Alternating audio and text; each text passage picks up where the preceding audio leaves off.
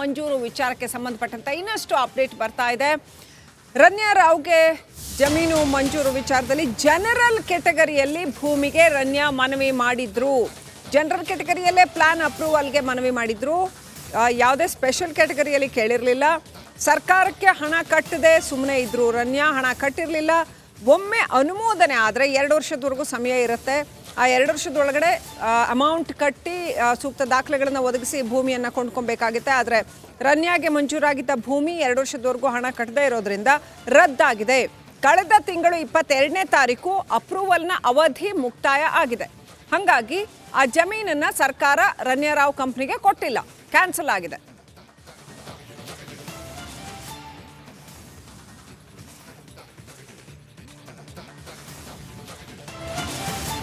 ಇನ್ನು ಈ ವಿಚಾರದಲ್ಲಿ ರಾಜಕೀಯ ಜಟಾಪಟಿಯಂತೂ ಸಿಕ್ಕಾಪಟ್ಟೆ ಜೋರಾಗಿ ನಡೀತಾ ಇದೆ. ಸದನದಲ್ಲೂ ಕೂಡ ಇವತ್ತು ಈ ಎಲ್ಲ ಮಾತುಗಳು ಕೇಳಿ ಬಂದವು.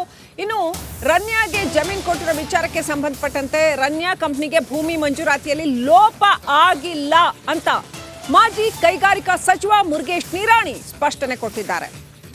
ಯಾವುದೇ ಥರ ಲೋಪ ಆಗಿಲ್ಲ ಅಂತ ಮುರುಗೇಶ್ ನಿರಾಣಿ ಹೇಳಿದ್ದಾರೆ. ಭೂಮಿ ನೀಡಿಕೆಯಲ್ಲಿ ಕಾನೂನು ಉಲ್ಲಂಘನೆ ಮಾಡಿಲ್ಲ ಅಂತ ಎಂ.ಬಿ. ಪಾಟೀಲ್ ಹೇಳಿದ್ರು. ಬಿಜೆಪಿ ಟೈಮಲ್ಲೇ ಇದು ಭೂಮಿ ಕೊಟ್ಟಿರೋದು ಅಂತ. ಮುರುಗೇಶ್ ನಿರಾಣಿ ಆ ಸಂದರ್ಭದಲ್ಲಿ ಕೈಗಾರಿಕಾ ಸಚಿವರಾಗಿದ್ದಂಥವ್ರು. ಅವ್ರು ಹೇಳ್ತಿದ್ದಾರೆ ಯಾವುದೇ ಥರ ಅಲ್ಲಿ ಲೋಪ ಆಗಿಲ್ಲ, ಭೂಮಿ ನೀಡಿಕೆಯಲ್ಲಿ ಕಾನೂನು ಉಲ್ಲಂಘನೆ ಮಾಡಿಲ್ಲ ಅಂತ ಹೇಳ್ತಾ ಇದ್ದಾರೆ.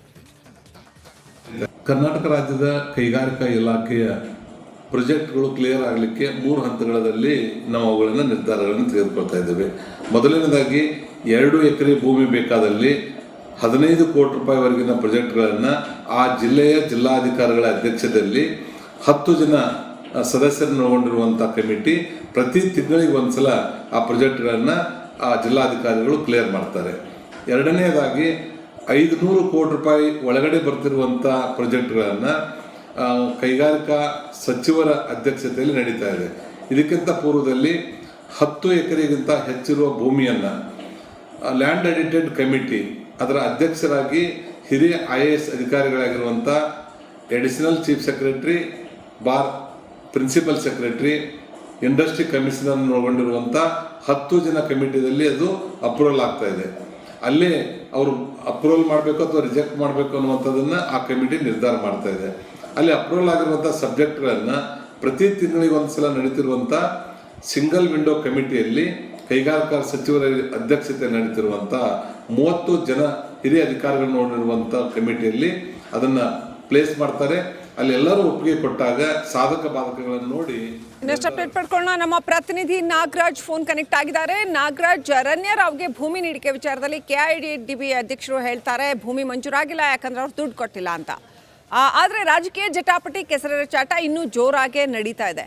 ಆಕ್ಚುಲಿ ಏನ್ ನಡೆದಿದೆ ಈ ಪ್ರಕರಣದಲ್ಲಿ, ಡೀಟೇಲ್ಸ್ ಏನಿದೆ ನಿಮ್ಮ ಹತ್ರ? ಶ್ರೀಲಕ್ಷ್ಮಿ, ಏನು ರಿಪಬ್ಲಿಕ್ ಕನ್ನಡ ಒಂದು ಸುದ್ದಿಯನ್ನ ಬ್ರೇಕ್ ಮಾಡಿತ್ತು. ರನ್ಯಾ ರಾವ್ ನಿರ್ದೇಶಕಿ ಆಗಿರ್ತಕ್ಕಂಥ ಒಂದು ಕಂಪನಿಗೆ ಶಿರಾ ಇಂಡಸ್ಟ್ರಿಯಲ್ ಏರಿಯಾದಲ್ಲಿ 12 ಎಕರೆ ಜಮೀನನ್ನ ಮಂಜೂರು ಮಾಡಲಾಗಿದೆ. ಅದು 2023 ಫೆಬ್ರವರಿ 22ನೇ ತಾರೀಕು ಮಂಜೂರು ಮಾಡಲಾಗಿದೆ ಅನ್ನೋ ಒಂದು ದಾಖಲೆ ರಿಪಬ್ಲಿಕ್ ಕನ್ನಡಕ್ಕೆ ಲಭ್ಯ ಆಗಿದ್ದಂಥದ್ದು. ಇದು ಈಗ ರಾಜ್ಯ ರಾಜಕೀಯದಲ್ಲಿ ಸಾಕಷ್ಟು ಚರ್ಚೆಗೆ ಕಾರಣ ಆಗ್ತಾ ಇರ್ತಕ್ಕಂಥದ್ದು. ಇದಕ್ಕೆ ಸಂಬಂಧಿಸಿದಂತೆ ಕರ್ನಾಟಕ ಇಂಡಸ್ಟ್ರಿಯಲ್ ಡೆವಲಪ್ಮೆಂಟ್ ಬೋರ್ಡ್ ಇಂದ ಒಂದು ರೆಸ್ಪಾನ್ಸ್ ಬಂದಿರ್ತಕ್ಕಂಥದ್ದು. ಏನು ಇವರು ಸರ್ಕಾರದ ವತಿಯಿಂದ ಇವರಿಗೆ 12 ಎಕರೆ ಜಮೀನನ್ನ ಮಂಜೂರು ಮಾಡಲಾಗಿತ್ತು. ಆದ್ರೆ ಏನು ಆ ಒಂದು ಅಪ್ರೂವಲ್ ಆದ ಬಳಿಕ 2 ವರ್ಷದಲ್ಲಿ ಏನು KIADBL ಒಂದು ನಿರ್ದಿಷ್ಟ ಒಂದು ನಿಗದಿ ಮಾಡಿರ್ತಿದ್ದ ದರವನ್ನ ಅದನ್ನ 3 ಹಂತಗಳಲ್ಲಿ ಪೇ ಮಾಡಬೇಕಾಗುತ್ತೆ. ಆದ್ರೆ 3 ಹಂತಗಳಲ್ಲಿ ಅವರು ಪೇ ಮಾಡಿಲ್ಲ. ಹೀಗಾಗಿ ಏನು ಕಳೆದ ಫೆಬ್ರವರಿ 22ನೇ ತಾರೀಕಿಗೆ ಒಂದು ಅಪ್ರೂವಲ್ ನ ಅವಧಿ 2 ವರ್ಷಗಳಿಗಿರುತ್ತೆ, ಅದು ಮುಕ್ತಾಯ ಆಗಿದೆ. ಇದು ಹೀಗಾಗಿ ತಂತಾನೆ ಕ್ಯಾನ್ಸಲ್ ಆಗಿದೆ ಅನ್ನೋ ಒಂದು ಮಾಹಿತಿಯನ್ನ KIADB ಅವರು ಕೊಡ್ತಾ ಇರ್ತಕ್ಕಂಥದ್ದು. ಒಟ್ಟಿನಲ್ಲಿ ಜಮೀನು ಮಂಜೂರಾದ್ರೂ ಸಹ ಅದರಲ್ಲಿ 138 ಕೋಟಿಯನ್ನು ಇನ್ವೆಸ್ಟ್ ಮಾಡ್ತೀವಿ ಅಂತ ಹೇಳಿದ್ರು, ಮತ್ತೆ ಸಾಕಷ್ಟು ಜನರಿಗೆ ಉದ್ಯೋಗವನ್ನ ಕೊಡ್ತೀನಿ ಅಂತ ಹೇಳಿದ್ರು. ಆದ್ರೆ ಅದು ಇನ್ನೂ ಅವ್ರಿಗೆ ಆಗಿಲ್ಲ ಅಂತ ಹೇಳಿ KIADB ಸದ್ಯಕ್ಕೆ ಒಂದು ಸ್ಪಷ್ಟನೆಯನ್ನು ಕೊಟ್ಟಿರ್ತಕ್ಕಂಥದ್ದು. Srilakshmi, right, thank you Nagaraj ಡೀಟೇಲ್ಸ್ಗಾಗಿ.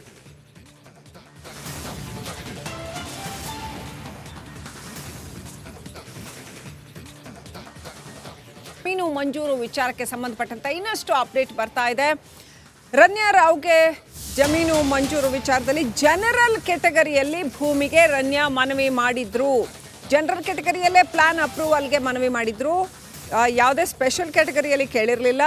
ಸರ್ಕಾರಕ್ಕೆ ಹಣ ಕಟ್ಟದೆ ಸುಮ್ಮನೆ ಇದ್ರು. ರನ್ಯಾ ಹಣ ಕಟ್ಟಿರಲಿಲ್ಲ. ಒಮ್ಮೆ ಅನುಮೋದನೆ ಆದರೆ 2 ವರ್ಷದವರೆಗೂ ಸಮಯ ಇರುತ್ತೆ. ಆ 2 ವರ್ಷದೊಳಗಡೆ ಅಮೌಂಟ್ ಕಟ್ಟಿ ಸೂಕ್ತ ದಾಖಲೆಗಳನ್ನು ಒದಗಿಸಿ ಭೂಮಿಯನ್ನು ಕೊಂಡ್ಕೊಬೇಕಾಗುತ್ತೆ. ಆದರೆ ರನ್ಯಾಗೆ ಮಂಜೂರಾಗಿದ್ದ ಭೂಮಿ 2 ವರ್ಷದವರೆಗೂ ಹಣ ಕಟ್ಟದೇ ಇರೋದ್ರಿಂದ ರದ್ದಾಗಿದೆ. ಕಳೆದ ತಿಂಗಳು 22ನೇ ತಾರೀಕು ಅಪ್ರೂವಲ್ನ ಅವಧಿ ಮುಕ್ತಾಯ ಆಗಿದೆ. ಹಾಗಾಗಿ ಆ ಜಮೀನನ್ನು ಸರ್ಕಾರ ರನ್ಯಾರಾವ್ ಕಂಪ್ನಿಗೆ ಕೊಟ್ಟಿಲ್ಲ, ಕ್ಯಾನ್ಸಲ್ ಆಗಿದೆ.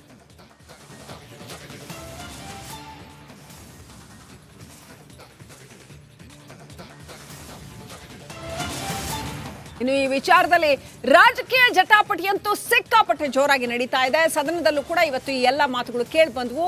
ಇನ್ನು ರನ್ಯಾಗೆ ಜಮೀನು ಕೊಟ್ಟಿರೋ ವಿಚಾರಕ್ಕೆ ಸಂಬಂಧಪಟ್ಟಂತೆ ರನ್ಯಾ ಕಂಪ್ನಿಗೆ ಭೂಮಿ ಮಂಜೂರಾತಿಯಲ್ಲಿ ಲೋಪ ಆಗಿಲ್ಲ ಅಂತ ಮಾಜಿ ಕೈಗಾರಿಕಾ ಸಚಿವ ಮುರುಗೇಶ್ ನಿರಾಣಿ ಸ್ಪಷ್ಟನೆ ಕೊಟ್ಟಿದ್ದಾರೆ. ಯಾವುದೇ ಥರ ಲೋಪ ಆಗಿಲ್ಲ ಅಂತ ಮುರುಗೇಶ್ ನಿರಾಣಿ ಹೇಳಿದ್ದಾರೆ. ಭೂಮಿ ನೀಡಿಕೆಯಲ್ಲಿ ಕಾನೂನು ಉಲ್ಲಂಘನೆ ಮಾಡಿಲ್ಲ ಅಂತ ಎಂ ಬಿ ಪಾಟೀಲ್ ಹೇಳಿದ್ರು. ಬಿಜೆಪಿ ಟೈಮಲ್ಲೇ ಇದು ಭೂಮಿ ಕೊಟ್ಟಿರೋದು ಅಂತ. ಮುರುಗೇಶ್ ನಿರಾಣಿ ಆ ಸಂದರ್ಭದಲ್ಲಿ ಕೈಗಾರಿಕಾ ಸಚಿವರಾಗಿದ್ದಂಥವ್ರು. ಅವ್ರು ಹೇಳ್ತಿದ್ದಾರೆ ಯಾವುದೇ ಥರ ಅಲ್ಲಿ ಲೋಪ ಆಗಿಲ್ಲ, ಭೂಮಿ ನೀಡಿಕೆಯಲ್ಲಿ ಕಾನೂನು ಉಲ್ಲಂಘನೆ ಮಾಡಿಲ್ಲ ಅಂತ ಹೇಳ್ತಾ ಇದ್ದಾರೆ. ಕರ್ನಾಟಕ ರಾಜ್ಯದ ಕೈಗಾರಿಕಾ ಇಲಾಖೆಯ ಪ್ರಾಜೆಕ್ಟ್ಗಳು ಕ್ಲಿಯರ್ ಆಗಲಿಕ್ಕೆ 3 ಹಂತಗಳಲ್ಲಿ ನಾವು ಅವುಗಳನ್ನು ನಿರ್ಧಾರಗಳನ್ನು ತೆಗೆದುಕೊಳ್ತಾ ಇದ್ದೇವೆ. ಮೊದಲನೇದಾಗಿ 2 ಎಕರೆ ಭೂಮಿ ಬೇಕಾದಲ್ಲಿ 15 ಕೋಟಿ ರೂಪಾಯಿವರೆಗಿನ ಪ್ರಾಜೆಕ್ಟ್ಗಳನ್ನು ಆ ಜಿಲ್ಲೆಯ ಜಿಲ್ಲಾಧಿಕಾರಿಗಳ ಅಧ್ಯಕ್ಷತೆಯಲ್ಲಿ 10 ಜನ ಸದಸ್ಯರನ್ನು ಒಳಗೊಂಡಿರುವಂಥ ಕಮಿಟಿ ಪ್ರತಿ ತಿಂಗಳಿಗೆ ಒಂದ್ಸಲ ಆ ಪ್ರಾಜೆಕ್ಟ್ಗಳನ್ನು ಆ ಜಿಲ್ಲಾಧಿಕಾರಿಗಳು ಕ್ಲಿಯರ್ ಮಾಡ್ತಾರೆ. ಎರಡನೇದಾಗಿ 500 ಕೋಟಿ ರೂಪಾಯಿ ಒಳಗಡೆ ಬರ್ತಿರುವಂಥ ಪ್ರಾಜೆಕ್ಟ್ಗಳನ್ನು ಕೈಗಾರಿಕಾ ಸಚಿವರ ಅಧ್ಯಕ್ಷತೆಯಲ್ಲಿ ನಡೀತಾ ಇದೆ.